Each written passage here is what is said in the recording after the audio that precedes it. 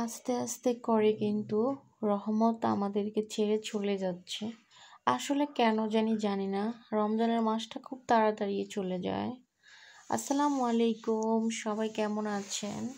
আমি লামিয়া জয়েন আছি আপনাদের সাথে। আলহামদুলিল্লাহ, আপনাদের দোয়া এবং ভালোবাসা আমিও ভালো আছি। প্রতিদিনের মতন আমার আরও একটা ডেইলি ব্লগ ভিডিও নিয়ে আপনাদের সামনে চলে আসলাম।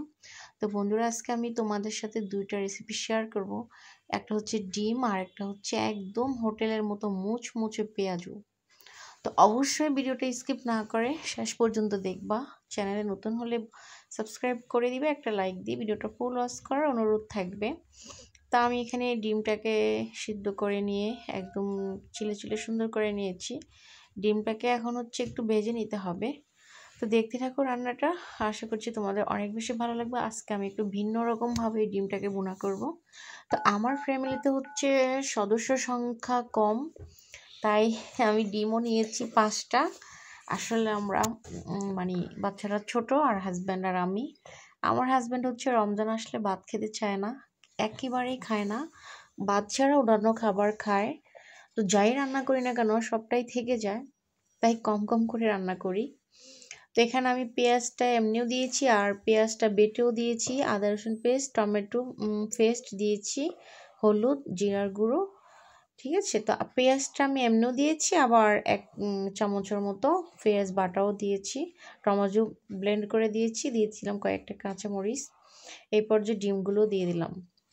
তো এভাবে একবার হলো বাসায় ট্রাই করবা। পোলাও বলো, ভাত বলো, গরম ভাত, গরম পোলাও, সব কিছুর সাথে কিন্তু এই ডিমের রেসিপিটা জমে যায়, একদম অসাধারণ হয়। চেষ্টা করবা পেঁয়াজ আর টমেটোটা ব্লেন্ড করে দিতে, তাহলে অবশ্যই পুরোপুরি স্বাদ পাবা।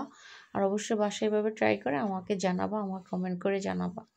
তো আমি পরিমতো পানি দিয়েছি আর এটা দিক দিয়ে হচ্ছে, দেখো আমি এই পর্যায়ে নামে নিব। এই তরকারিটা কিন্তু ডিমে পোলাওর সাথে খেতে অনেক বেশি মজা লাগে। পোলাও বলো, বিরিয়ানি বলো, তারপরে মোরগ পোলাও বলো, সব কিছুর সাথে কিন্তু এটা জমে যায়। তোমরা অবশ্যই ট্রাই করবা।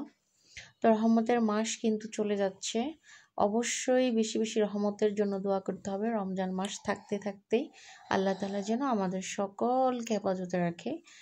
তো এখানে আমি হচ্ছে আজকে গাজর দিয়ে পেঁয়াজু বানাবো। তার জন্য আদা রসুন পেস্ট দিলাম পরিমাণ মতো, একটু জিরার গুঁড়া, পরিমাণ মতো একটু হলুদ, আর একটু বেসনের গুঁড়া দিচ্ছি, আর দিলাম মরিচের গুঁড়া, 1 চামচ কর্নফ্লাওয়ার। কর্নফ্লাওয়ারটা দিলে হয় কি, একদম 2 থেকে 3 ঘন্টার মতো পেঁয়াজুটা মুচমুচে থাকবে। দিয়ে দিলাম একটু বেসন আর শুকনো মরিচ। তো এই সব কিছু মিশিয়ে এখন সুন্দর মতো এটাকে মিশিয়ে নিতে হবে। তোমরা অবশ্যই, এখন তো গাজর বাজারে অনেক বেশি পাওয়া যায়, তোমরা গাজর দিয়ে একবার হলেও পেঁয়াজু ট্রাই করে দেখবা।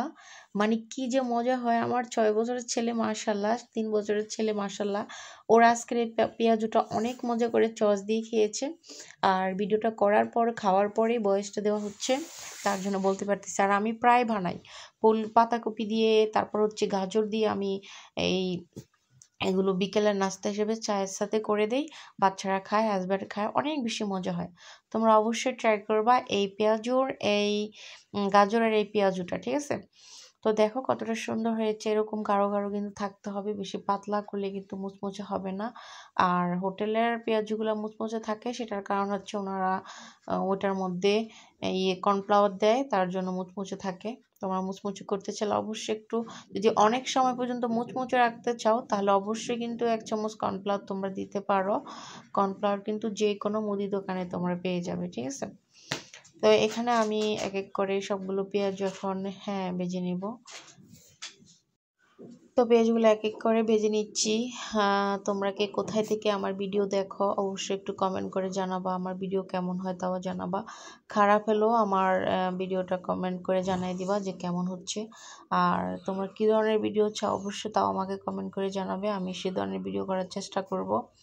তো এখানে আমার পেঁয়াজগুলো হয়ে গেছে অলরেডি, আমি তুলে নিচ্ছি। আর এভাবে করে আমি সবগুলো পেঁয়াজু ভেজে নিব। একদম এটা 7 থেকে 8 ঘন্টার মতো মুচমুচে থাকবে, কোনো রকম এদিক সেদিক হবে না। তোমরা চাইলে কালকে ইফতারিতে এভাবে ট্রাই করতে পারো গাজর দিয়ে, আর খেতেও কিন্তু অনেক বেশি মজা হয়। তো বন্ধুরা, আজকে আমার এই 2টা ডিমের রেসিপি আর এই পেঁয়াজুর রেসিপি কেমন হয়েছে অবশ্যই কমেন্ট করে জানাবা। যদি একটু হলেও ভালো লেগে থাকে প্লিজ চ্যানেলটাকে সাবস্ক্রাইব করে দিবা, ভিডিওটা ফুল ওয়াচ করার অনুরোধ থাকবে।